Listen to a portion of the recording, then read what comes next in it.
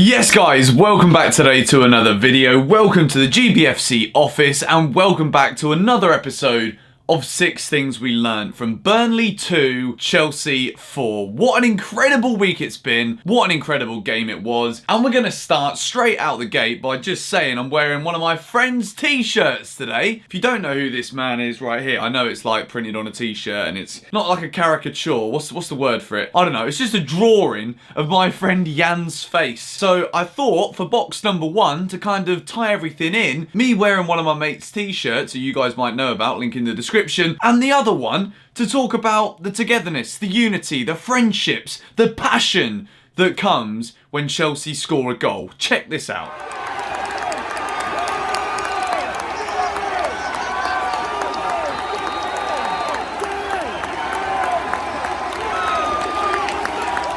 Sit here and sip my tea.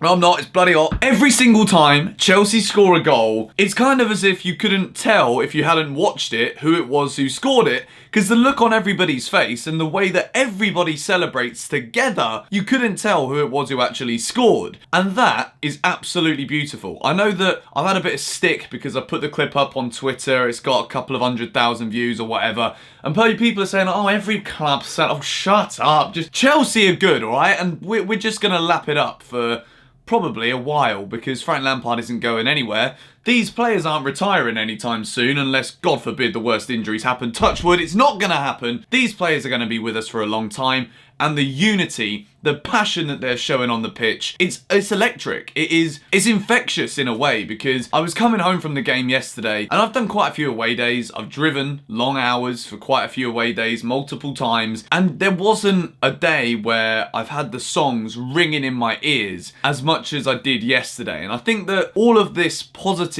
energy kind of just like smashed everything out the park yesterday, because we've been saying game by game, surely it can't get any better than this. 6 wins in a row, 5 wins in a row, 7 wins in a row for Frank Lampard's Chelsea, and it is just going to get better. You've got to remember that Emerson's been injured, Ruben's been injured, Rudiger's been injured, Kante's injured, Christensen's injured, Hudson-Odoi's only just come back, and we lead it straight into point number 2, Captain America. World-class Christian Pulisic. What a man. What a performance yesterday from him. When the first goal went in, there was an American lady who was next to me, bless her. She was getting so excited every time Pulisic got the ball. And the first goal, the way he took that, I'm going to say it and I'm going to bring up the comparisons because it was Hazard-esque. I promise I'm not going to keep comparing Pulisic to Hazard, and whenever someone does anything amazing and puts in a world-class performance, I'm not always going to link it to Eden Hazard, because Pulisic is his own man, he's 21 years old and he's going to be a world beater, that is for sure. But the way that Hazard used to drift around defenders, the way he used to bring it out from his right foot, put it onto his left foot, the confidence to shoot with both feet, Christian Pulisic tucked in that first one and it was absolutely magical. The second one, again, burst of pace, this time getting it out on his right foot, hitting it with his right foot, takes a little deflection, but again, this isn't a player who's lacking in confidence. This is a player who's been given his opportunity in a game that was going to be very physical. It kind of goes against the grain of the kind of player he is. Boy, did this man perform. And then the header, the perfect hat-trick to wrap it all up. Chelsea are 3-0 up. Christian Pulisic has now got, according to my man Jan, this is basically a tribute to football therapy in this video today. He put on Twitter that Pulisic has now got a goal or an assist, which is a goal contribution, every 80 minutes of football in a Chelsea shirt. And this is supposedly a man who has had a tricky time, who's had a tough start. 60 million bargain. Can I have a sip of this tea yet? It's getting hotter! Speaking of getting a little bit hotter, let's move in to box number 3 and let's talk, and I've been told that I don't talk about this man enough. I've been told that I don't give this man enough credit. So today, we are going to give him all the credit that he deserves. Mateo Kovacic. Oh my goodness me. I mean, you can see we've got a red box, okay? There is a good reason for the red box, and I've left it last because I've just got too much energy right now. Got a sore throat. The tea, for those of you that actually give to you-know-whats, is lemon and bloody ginger. The ultimate detox for the most crazy week of football. Kovacic has been absolutely superb. When Kante gets these injuries, I'm always sat here thinking, are we going to have enough quality in the middle, in order for me to be confident going into a game. The way that Mateo Kovacic has grown this season under Frank Lampard, he was pretty good last year, and again, because he doesn't score, and he hasn't scored for Chelsea, and he doesn't get assists too often, it kind of goes under the radar when we're looking at statistics, when we're trying to scapegoat players. Last season under Sarri, I feel as though the Chelsea fan base weren't this big conglomerate of positive energy. It was kind of like a split boat where people either really loved Sarri or people disliked him, so therefore no one could really agree. And players that didn't statistically score goals, assist goals, like Mateo Kovacic, they often came up for criticism. However, this season, the man is just a phenomenon in the middle. And I'm not exaggerating here. If you're not a Chelsea fan and you're watching these videos, which I know a few people aren't Chelsea fans, just watch Mateo Kovacic. When he's on the ball, he could have 3 players around him, and then all of a sudden, he's just bringing out these flipping, bring it back to FIFA 5-star skill moves, and he gets himself out of trouble. He dribbles out of trouble. He's confident with the ball. When he's going forward now, he transitions the play much faster and with more efficiency than he has in the past, and defensively as well. The man knows how to slide tackle. If I was meeting him down an alleyway with a ball at my feet and I knew I had to try and get to the other side, I wouldn't want to be facing Mateo Kovacic. The man is a brick wall in the middle, and he has been phenomenal all season.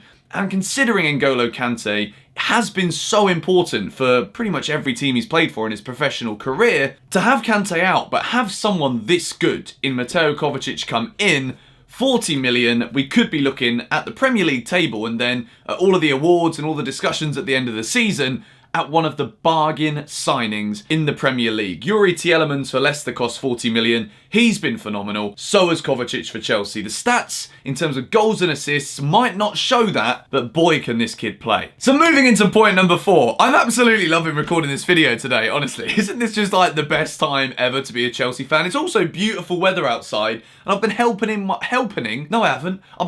my nan garden today. We've been chopping down blimmin' vines that suffocate plants. It's been fun, I'm not gonna lie. The 2 centre-backs, Kurt Zouma and Fikayo Tomori. Tomori reminds me of John Terry, playing in the left centre-back position. However, no offence to John, he's, well, my favourite captain of all time, he's my favourite defender of all time. Chelsea and England's captain, JT. Tomori's quick as well, isn't he? No offence intended to John Terry. I'm not bitter that he unfollowed me on Instagram. I still am a little bit. I'm still a bit sad. But Tomori reminds me of JT, and he's got that abundance of pace and agility to match it.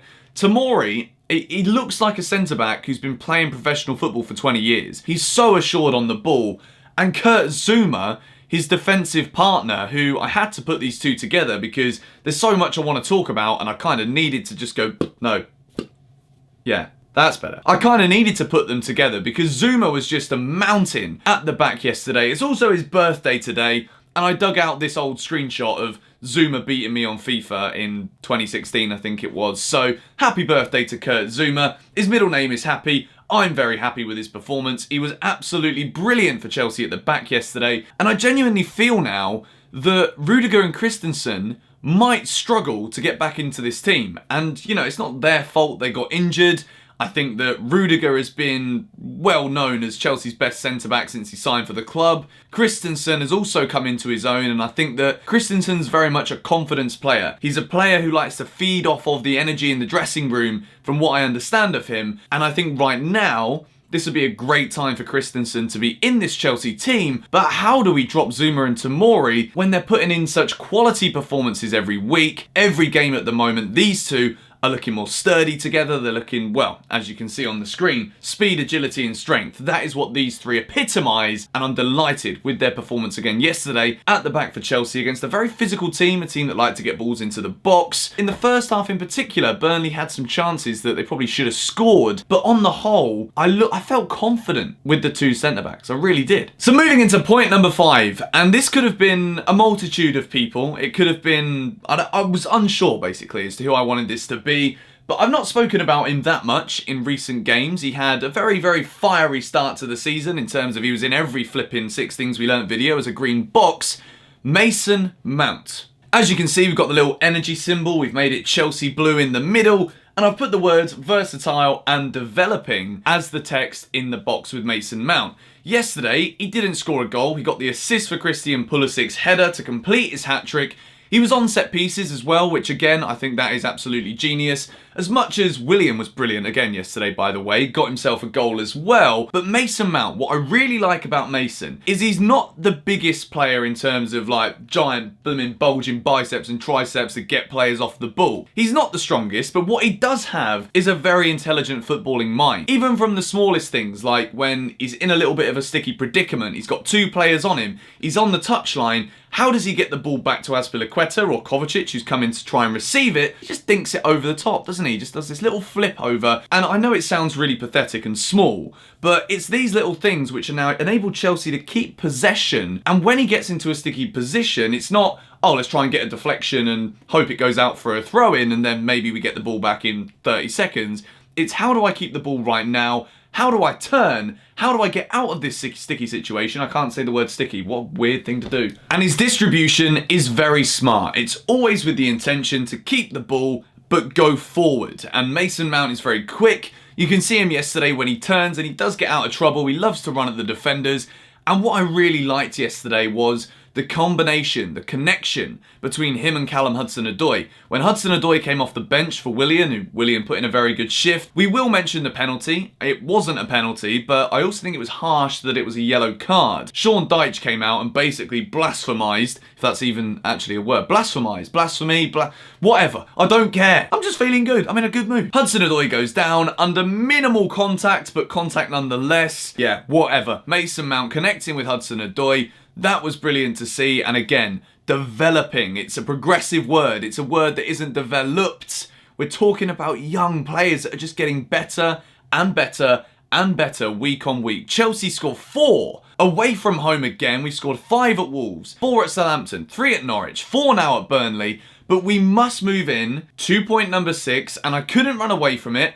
I was thinking at 4-0, I was thinking, blimey, Leicester scored no. We were saying we want 10, but realism kicks in. Burnley are a much better side than Southampton. We weren't going to score 10, but what we could have done yesterday is concentrated a bit more. There were times where we were going forward and then it was kind of a bit lackluster, the combinations weren't really clicking, and I do think that's because we did switch off a little bit towards the end of the game, which I don't want to see happen. And I also want to mention that Reece James came on, and I want to give him some credit as well. He made the most ridiculous double block, got forward as well, looked very, very good on the ball. So I don't want him to come in for criticism where he comes on the pitch and then we concede 2 goals. Some people who are anti the Chelsea youth still, we're trying to flush them out as quickly as possible, as best as we can, but some people might look at that and say, well, Reece James clearly isn't ready because he was one of the defenders and when he came on we conceded 2. Irrelevant. Yesterday we're talking about a wonderful finish from Jay Rodriguez, by the way. It's one of those frustrating pop shots where your team are 4-0 down, your home fans have not sung a single song for the entire game, and you're like, what can I do?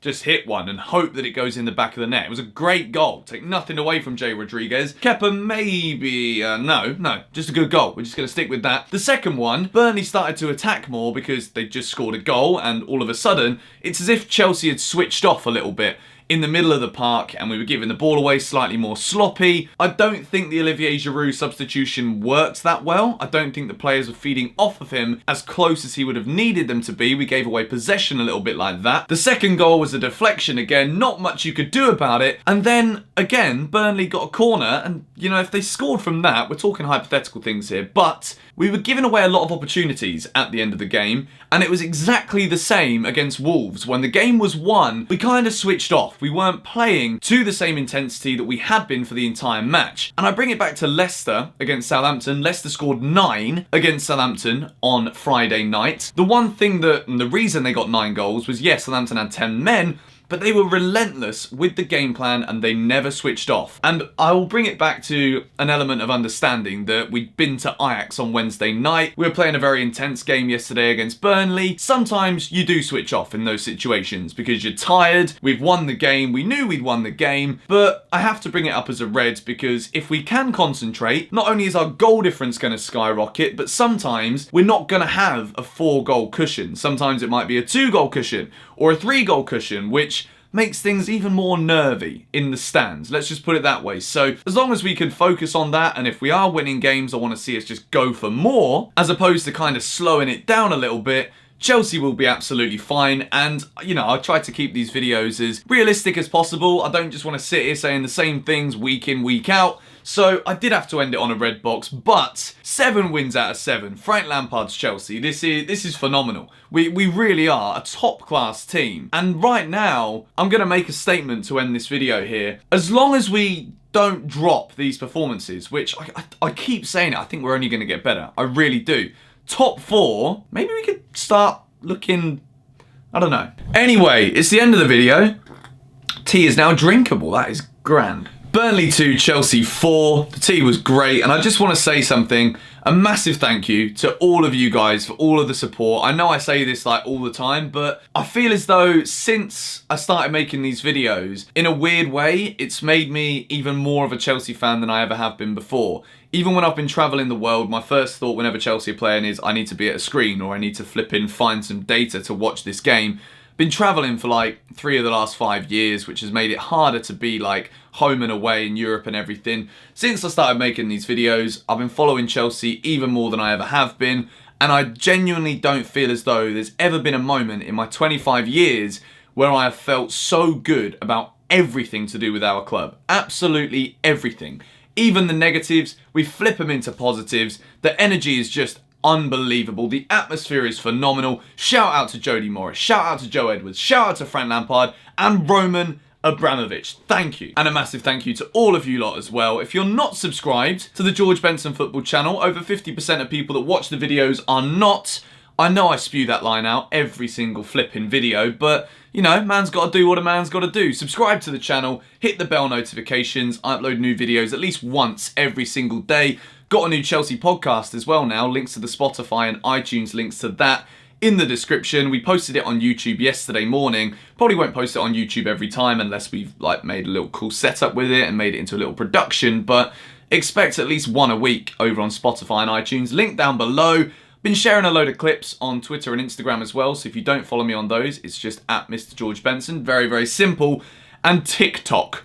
I mean, I swore I was never ever going to use TikTok. I mean, I'm getting right back into my social media now. I've got a TikTok as well, which is, again, just, I can't remember what it is. I'll just leave a link in the description if you want to follow me on TikTok. But anyway, that is enough from me. You guys have got weekends to be getting on with. I'm going to have a roast dinner tonight. I'm going to have a few more cups of ginger and lemon tea. Thanks for all the support. It's been a mental week. Got Man United on Wednesday night in the Carabao Cup. I'll be going with this man, sat next to him in the East Upper, so maybe I'll see some of you guys there. I'm going to make today National Support Your Friends Day. I mean, there's no way that's going to get nationalised anytime soon, but maybe we can make it on like a Wednesday or something, and then we can all get a day off. But anyway, I will catch you all later. Come on, you Blues.